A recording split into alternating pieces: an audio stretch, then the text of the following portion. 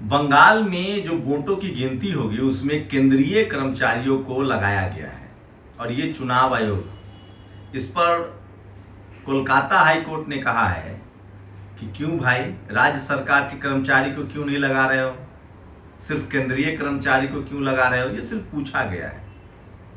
इसी से कई सवाल निकलते हैं। मैं जो बार बार पिछले 10-12 सालों से आप लोग को कह रहा हूं कि ये जाति प्रधान देश है। चपरासी से लेकर चीफ जस्टिस तक जिस जाति और जिस विचार के लोग होंगे उनकी वजह से उसको फायदा मिलेगा। अब सवाल है कि ममता बनर्जी वहां मुख्यमंत्री भी नहीं है, अब तो अभी तो वो कार्यकारी मुख्यमंत्री हैं। सारा कंट्रोल जो है वो चुनाव आयोग के हाथ में है। उसके बावजूद राज्य सरकार के कर्मचारियों को काउंटिंग के दिन सुपरविजन ऑफिसर नहीं बनाया जा रहा है। तो मतलब समझिए, अरविंद केजरीवाल कह रहे हैं कि स्वर्णकांता शर्मा जो जज हैं वो आरएसएस से जुड़ी हुई हैं, हम उनके कोर्ट में हाजिर ही नहीं होंगे। यही कोई दलित, पिछड़ा, किसान, आदिवासी, अल्पसंख्यक कह दे तो अब तक उसको जेल में डाल दिया जाता। कोलकाता हाई कोर्ट के ही एक पूर्व जज थे दलित समाज से, उन्होंने भ्रष्टाचार के कुछ आरोप लगाए थे, उनको जेल में डाल दिया गया था। तो मैं इसलिए बार बार कह रहा हूं कि सोचिए, एक चुनाव आयोग जो ईमानदार प्रकट हो गया था, लालू यादव की सत्ता थी, मायावती जी को हाथी ढकवा दिया गया था, ये सब बहुजन समाज को समझना पड़ेगा। सोचिए, अब ममता, पहले ये सब दलित पिछड़ों के साथ होता था, अब ममता बनर्जी वो खुद जनरल कैटेगरी से हैं, उसके बावजूद चुनाव आयोग को भरोसा नहीं है बंगाल के अधिकारियों पर। तो आप इसी से अंदाजा लगा सकते हैं कि बीजेपी की सरकार में कैसे खेल होता होगा। जब बंगाल के कर्मचारियों पर भरोसा नहीं है तो केंद्रीय कर्मचारी, सवाल कमांड का है कि कमांड कौन दे रहा है। तो चुनाव आयोग को सिर्फ पूछा गया, अभी कोलकाता हाई कोर्ट ने कोई ऑर्डर नहीं दिया, सिर्फ पूछा है कि ऐसा क्यों। पता नहीं, ऑर्डर हो सकता है 4 के बाद जाए। वहीं दूसरी खबर यह है कि वहां पर रात में भी पोस्टल बैलेट गिन रहे हैं। सोचिए, 29 तारीख को चुनाव खत्म हो गया, 4 तारीख को काउंटिंग होगी, 30, 1, 2, 3, 4 दिन का गैप है। सोचिए, इस देश में ईवीएम से चुनाव होता है और एक महीना वोटिंग होकर ईवीएम रखा जाता है, बस नतीजे 2 घंटे में चाहिए टीवी वालों को, अखबार वालों को। क्यों भैया? और रात में ममता बनर्जी खुद पहुंच गए, उन्होंने कहा कि टीवी देख रही थी, पता चला कि ईवीएम में कुछ गड़बड़ी हो रहा है तो मैं पहुंच गई देखने। अब चुनाव आयोग कह रहा है, वीडियो जारी किया टीएमसी ने कि रात में, सोचिए, चुनाव आयोग कह रहा है कि हमारे कर्मचारी रात में पोस्टल बैलेट को अलग कर रहे हैं, सेपरेट कर रहे हैं। मतलब हमारे देश में कितना कर्तव्यनिष्ठ है चुनाव आयोग कि रात में कर्मचारी से ड्यूटी करवा रहा है। ड्यूटी तो मतलब दिन में होता है, 10 से 4, 10 से 6 चुनाव है तो रात तक चल जाएगा, लेकिन अब रात में पोस्टल बैलेट अलग अलग किया जा रहा है। तो चुनाव आयोग की कर्तव्य निष्ठा पर आप सवाल मत उठाइएगा। लेकिन धीरे धीरे कम से कम इस देश के तमाम बहुजन लीडर को, बहुजन समाज को सोचना पड़ेगा। इसीलिए मैं कह रहा हूं कि जिनकी इस देश में डिक्टेटर भी हो ही सकता है, जिस समाज का, जिस जाति का चपरासी से लेकर चीफ जस्टिस तक भागीदारी हो, जिसका हाईकोर्ट, सुप्रीम कोर्ट में जज हो, जिसका एसपी, डीएम हो, कलेक्टर हो, यही बहुजन समाज के दल और बहुजन समाज मार खाता है। इसीलिए सपा, बसपा, आरजेडी, जेडीयू ये सब सत्ता में कंटिन्यू नहीं कर पाते हैं, क्योंकि उनके खिलाफ मीडिया शुरू हो जाता है, टीवी, अखबार शुरू हो जाता है, आधिकारिक सब जगह से आवाज आने लगती है। 2014 से पहले इस देश में सीएजी भी था, हाईकोर्ट, सुप्रीम कोर्ट संज्ञान भी लेती थी। क्या मजाल था कि लालू यादव इस तरह की गड़बड़ी कर दे? क्या मजाल है कि मायावती जी, अखिलेश यादव या हेमंत सोरेन इस तरह की फर्जीवाड़ा कर दे?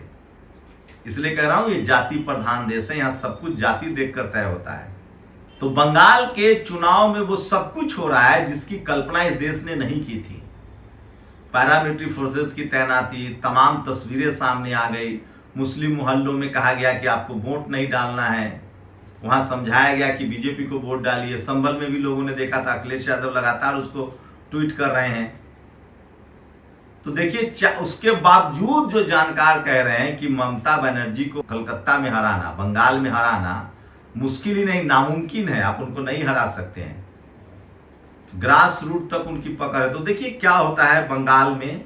खैर बहुजन समाज के लिए तो वहाँ कुछ भी नहीं, लेकिन इस बार कम से कम ये जो सोशल मीडिया है, दलित, पिछड़ा, किसान, आदिवासी, अल्पसंख्यकों में जो चेतना आई है, कहा जा रहा है कि इस बार दलित समाज ने और पिछड़े समाज ने जमकर ममता बनर्जी को वोट किया है। मुझे कोलकाता यूनिवर्सिटी के एक प्रोफेसर का बाकायदा फोन आया, वो मथुआ समुदाय से। उन्होंने कहा कि हम लोग अब सामाजिक न्याय समझ गए हैं। पिछले 10 साल में सोशल मीडिया ने घर घर में सोशल जस्टिस, सामाजिक न्याय बाबा साहब को पहुंचाया है, और वो सबको लगता है कि बीजेपी कम से कम बहुजनों के हिस्से का काम तो नहीं कर रही है। भले आज प्रधानमंत्री ने बुद्ध पूर्णिमा पर वीडियो जारी किया है। आज बुद्ध पूर्णिमा की आप सबको बधाई। बुद्ध पूर्णिमा का मतलब है कि आज ही के दिन तथागत बुद्ध, भगवान बुद्ध का जन्म हुआ। आज ही के दिन उनको ज्ञान मिला था।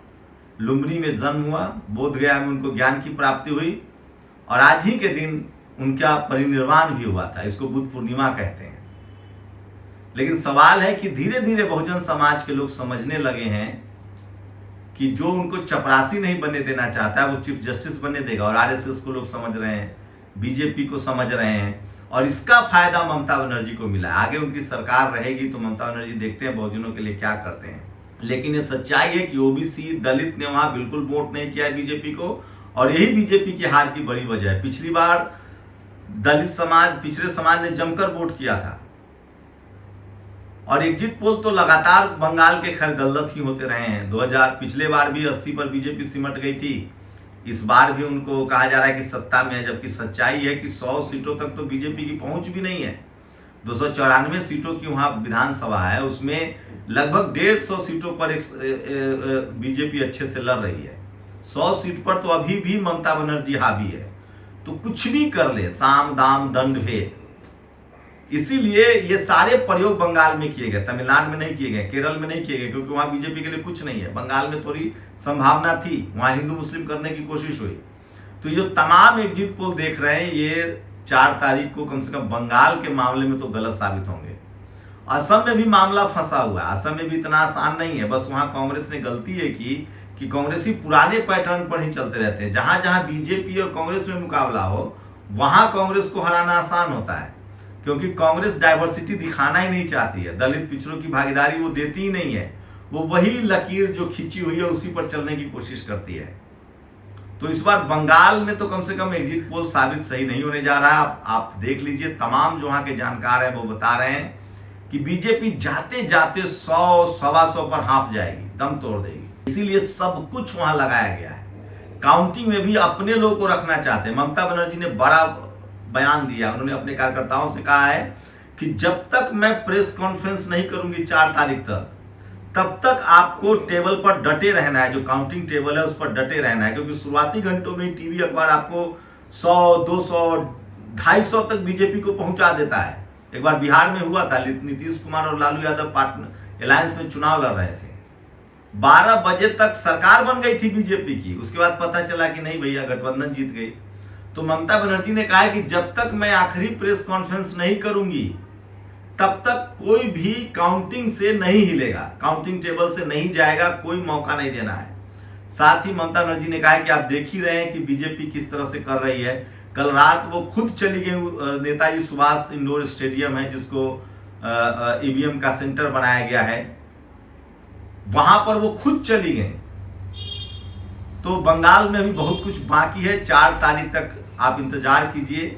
मैं फिर कह रहा हूं कि 240 वाली बीजेपी को भी 400 पार लोग कह रहे थे।